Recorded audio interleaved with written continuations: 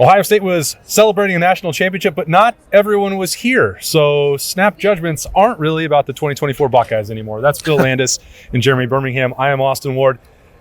Neither coordinator for Ohio State was at the Horseshoes. 25, 30,000 people brave the cold to come out and relive the national championship. And, when you don't have those guys there and they're getting called out and you're looking around and say, where's Chip Kelly and Jim Knowles? All that does is make you start thinking about 2025, Bill. Yeah, you can't help it. Whether that's unfortunate or not, you can't help it. Little odd, I think, right? We all know what the score is here. Guys are being flirted with for other positions. We know that. But to not show up for this is a little strange, I thought. It kind of overshadows the festivities, and maybe not Chip Kelly as much as Jim Knowles. Well, because the conversation about Jim Knowles has been going on now for 3 weeks. And at the risk of being too homery, even though 25 is the year of Homer Berm. It is. That's what I've been told. To me, it's like, dude, if you don't want to be here, then you don't have to be. And Ohio State will find someone else and find a coordinator that, obviously he did what he came here to do. He won a national championship. He turned around Ryan Day's fortunes. And Jim Knowles deserves every opportunity he's getting. And when you have Ohio State and Notre Dame and Penn State and Oklahoma all offering to make you the most highest paid defensive coordinator / assistant in the country, that's great, and you deserve it. And if it comes down to wanting to be closer to home in Philadelphia, fine, just say that. But to not show up and to not have given Ohio State an answer yet about what you're doing when they've offered you everything you could have asked for in the last 3.5 years is pretty insane to me. Can I just say, as someone who's gone through it, the 1 hour flight from Philadelphia to Columbus is a hell of a lot more convenient than the 3.5 hour drive. Also, that's good information. We talked about this on Fridays daily, but every football reason, it makes more sense for Jim Knowles to be here. Absolutely. It does appear on Sunday afternoon at 1:25 that he's not here. He's fading in the direction of Penn State, and maybe he sees a national championship run. I don't know, but I see Caleb Downs and all these other dudes who are coming back for Ohio State next year, and I think that the Buckeyes defense is still positioned to be better than Penn State's a year from now, and it doesn't require 3 years of implementing your system, which Jim Knowles has said repeatedly. It takes about 3 years for his system to be its best, and so it is a strange absence. Yeah, and I think, we talked to Ohio State decision makers, power brokers before the festivities, and I think it's strange that they would say, well, if he shows up today, that would be a good sign. That nobody really knew or had an update on how the negotiations were playing. We know that Ohio State made a contract offer to Jim Knowles that would make him the highest paid defensive coordinator in the country.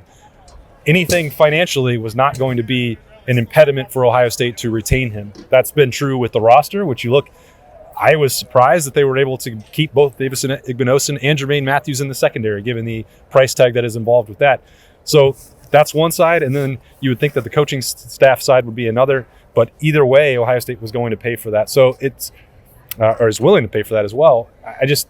You could at least douse some of this by showing up and basking in the celebration, which Jim Knowles earned that right too. I think that's the part that is, he can live his life however he wants. I think that part's strange. Even if you want to leave or decide to leave, he could have got a hero's send-off today.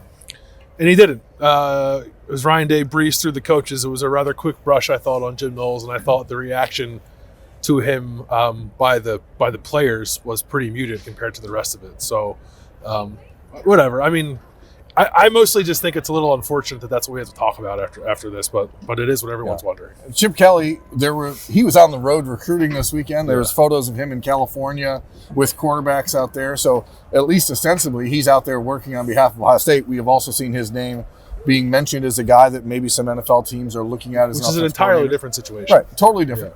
As opposed to going to an inter-conference rival. So whatever. But yeah, to Bill's point, it is sad that is the first thing we have to talk about, because we should be talking about the tremendous joke that Jack Sawyer played on the 30+ thousand people that were here today when he stood at the podium and said, "I'd like everyone, and I'm coming back for my 5th year." And he doesn't have one. I can't believe he did that. That was actually hilarious. Yeah, that's the benefit of going first. No one else was able to make that joke after him. Everyone else on the stage is like, "God." Yeah, he did it. I feel great for those guys. The ones that were here, they deserve that moment. They had the 4 captains speaking in addition to Ryan Day. Will Howard got to make a cameo because Ryan Day joked about him being tripped by the 20-yard line in the Cotton Bowl, so he came up to explain that and his time management skills. I don't know that anyone right now maybe Jack Sawyer, but it'll be close, is living a more joyous life than Will Howard. Yeah, that the Dr. Pepper commercial, I thought he seemed to be having a great time. Just beautiful. Totally caught me off guard. Was not expecting it. What a run for that guy, man! And now I'm talking like I'm saying, man. Hey, man. Hey, man. Just go Bucks, man.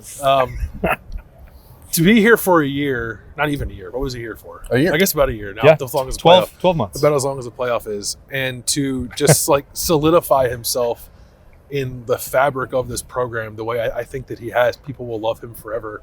It's rather remarkable, and it's obviously a reflection of the new world of college football, where guys have the opportunity to do that. But I don't know that it's going to happen a lot the way that it's just happened for Will Howard to do it in the year that he did it. And it happened for all those transfers, right? All those guys are important parts of this team. But the quarterback, I think, rings louder than most others, obviously. And Will was comfortable in the shoes of being an Ohio State quarterback from the second he showed up here and throughout the season, through some ups and downs, and then the reception he got. Even when he was walking in, the team was walking in and they put him up on the video board, it was one of the louder points of the whole ceremony here. Yeah. So, cool moment, deserved moment, I thought, for Will Howard. I think it's instructive about what Ohio State needs at that position moving forward. Definitely. More than anything else. Yeah. I mean, Will Howard, it's hard to sit here and say, well, Ohio State had to make a concession at quarterback to get a leader / big personality type A. He did set an all-time school record for completion percentage in a season. So It's not like he wasn't also awesome on the field most of the season long, but you definitely see, and we saw, I don't know if you guys saw Ryan Day on the radio or heard him on the radio with, I don't know Columbus media very well. The noon or the noon Anthony Rothman and Ice or whatever, talking about what he expects to see out of Julian Sayin and Lincoln Keenholz over the next few months. And telling them, you get 2 weeks off and then you need to walk different. You need to act different. You need to be different. And did you see Julian Sayin today with a fresh new haircut? I was looking for him, but I couldn't find him. You couldn't find him because he de-Chalamet himself. And he's got a fresh new business haircut. I think it was really instructive because that is what matters when you're at a place like this. You're always going to have the quarterbacks that have big arms and are physical and have all the tools that you want from a purely between the line standpoint, but you got to have a guy that's different. And Will Howard, we noticed it from the first time we had him on the podcast a year ago. When you see him walking in, the guy just loves being in this situation, and not everyone loves being at Ohio State. Well, because it's a daunting proposition. It is the most scrutinized position, certainly in college football. Maybe one of the most scrutinized positions in all of sports. It's going to be on the short list up there with playing for the Cowboys or pitching for the Yankees or whatever else. I mean, that's how invaluable it is, and that's difficult to deal with. So we've seen guys handle that better than others. I think Will Howard is on the short list for some of the best that I've ever seen. By the end of JT Barrett's career, you could tell it had worn him down. He had to do it longer than anybody. Maybe it helps Will Howard that he only had to do it for 1 year. Justin Fields. Ohio State quarterback, should we turn one? Maybe. I mean, I had never said it out loud, and maybe I'm completely wrong about it. Could CJ have done another year? I don't think CJ would have been the same CJ with one more year, although he is incredibly self-confident and motivated and driven, and maybe that helps. But there has to be a difference. I mean, I think everyone saw how beat down and exhausted Kyle McCord was at the end of 1 year of doing that, and losing in the rivalry didn't do him any favors. But Dwayne Haskins, Justin Fields, the back and forth of 2015 after the national championship that Cardale Jones and JT Barrett had to deal with, it wears you out. It's exhausting, and it takes a really special person to handle that. And I think Will Howard earned the adulation here, and he's going to go down as a legend for Ohio State. And it's not easy. The work that takes to get that done is incredibly difficult.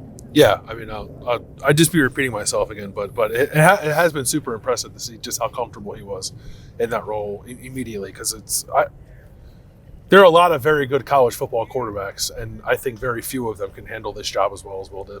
Yeah, and Berm, Cody Simon got to give his first political address. Can't wait to vote for him in 20 years. Seemed pretty comfortable, I thought, too. Yeah. I just better than the actual politicians, I thought. Yes. I just think that when you... Again, I've tried multiple times throughout this past week in these conversations to impress upon people how much I think it's important to enjoy this. And it sucks for Ohio State that they had to spend the last 5 days from the minute they landed on Tuesday afternoon dealing with the Jim Knowles stuff, dealing with player retention. But again, kudos to Ohio State. Like, they made it out of those 5 days without any dents, which is unbelievable, really. You lose Hero Canoe is the only guy that entered the transfer portal, and Kelvin Simpson-Hunt, since they landed on Tuesday. The portal's closed. The NFL draft deadlines are passed. Now, unfortunately, you have to go through a lot of this portal stuff again in April. But the big conversations, the Carnell Tate conversation, the Jermaine Matthews conversations, those guys are here, and they're locked in at Ohio State. And, if there's one thing, I would say that the next big thing Ohio State has to figure out with Ross Bjork and Ryan Day is, I believe Mark Pantoni's contract expires next week.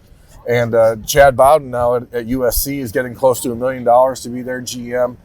Courtney Morgan down at Alabama is getting close to $1 million to be their GM.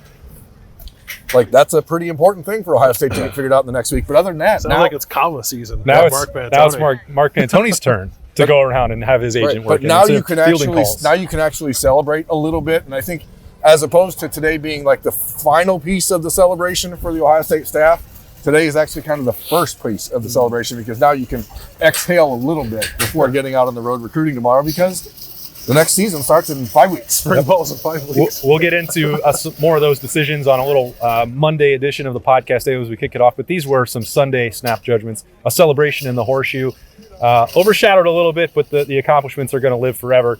That's beautiful. Don't you want to take a picture of this behind you? I mean, it looks great. The sun's shining through. What do you think it was? 30,000? Do you think it was 30? Yeah, it felt pretty good. I'll give it 30. Yeah. 30,000 folks enjoying it with the Ohio State Buckeyes, who are the 2024 It's cold, though. national champions. I haven't been this cold since I was in the Dome in Atlanta.